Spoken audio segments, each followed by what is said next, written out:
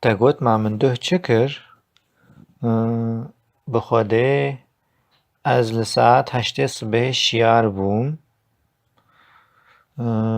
û min li saet nihan taştê xwar. Ez li saet yazdehan çûm zanîngehê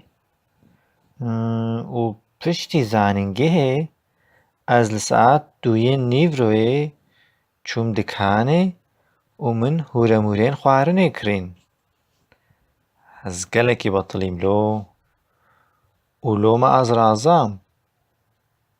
Bawer ke min dersa xwe çênekir.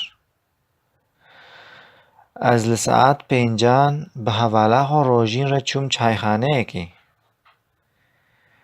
û piştî 2 saetan min şîv çêkir.